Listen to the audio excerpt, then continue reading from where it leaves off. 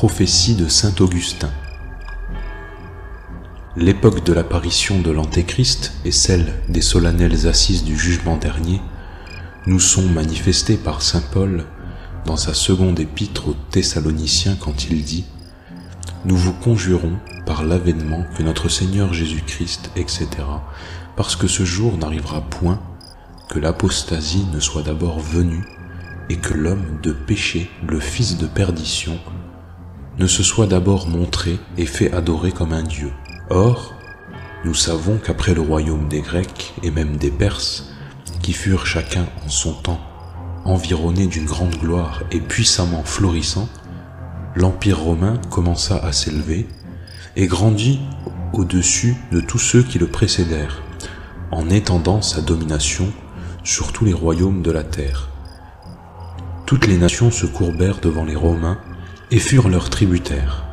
Voilà pourquoi l'apôtre saint Paul a dit que l'Antichrist ne viendra point dans le monde avant qu'il n'y ait eu d'abord une scission, c'est-à-dire que tous les royaumes sous le joug de l'Empire romain ne s'en soient affranchis.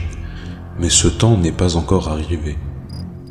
Et quoique maintenant nous voyons l'Empire romain en grande partie détruit, cependant, tant qu'existeront les rois français qui doivent posséder cet empire, la grandeur du nom romain ne périra pas complètement parce qu'elle subsistera dans les souverains de la France.